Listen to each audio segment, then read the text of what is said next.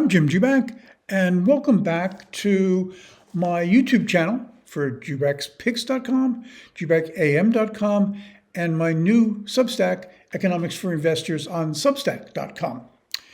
I say welcome back because I took a hiatus, a break, while I got the new Substack up and running. And now that Economics for Investors is up and running, I'm going to resume doing YouTube videos. You can get the YouTube video. Remember to ring the bell, which is what will get your notification of the next time one goes up. That's a setting up there to do in that little corner.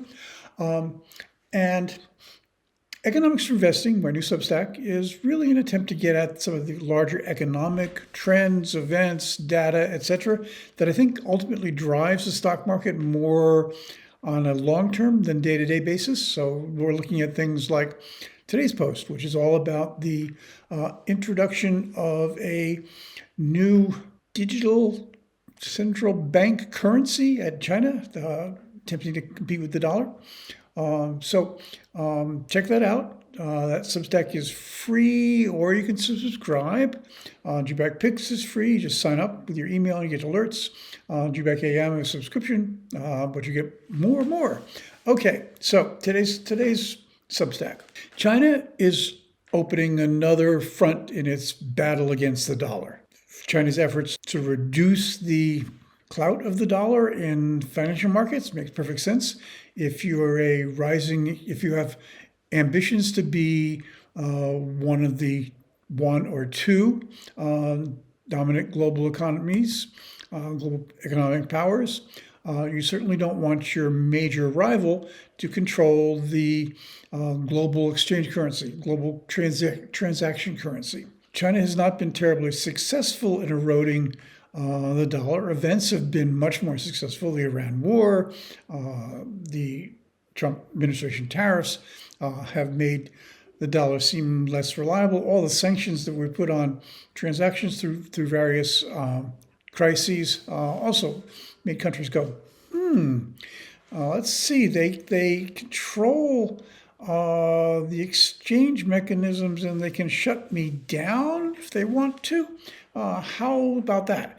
The primary beneficiary of this has been gold, but China is, starting on January 1st, China has made the central bank digital currency. This is not all cryptocurrencies, but it has made the central bank's currency, which is sort of like e-China, a asset that the banks can pay interest on it. They're treating it like any other asset that they have in their account, in people's accounts.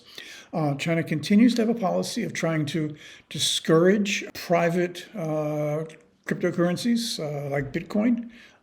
They pretty much make sure they really don't work as a method of exchange and transaction settlement in China.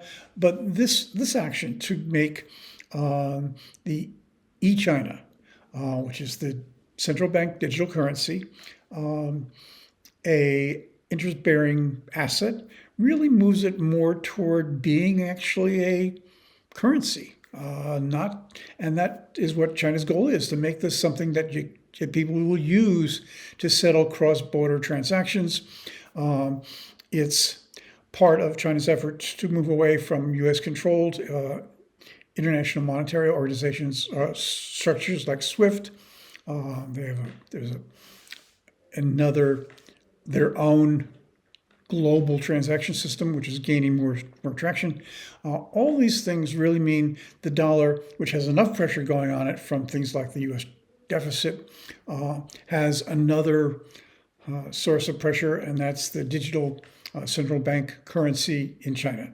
Thanks very much for watching. If you like this YouTube, please give it a thumbs up. Remember to ring the bell. That means you get notification when the next time we do this on YouTube, trying to do 3 a week.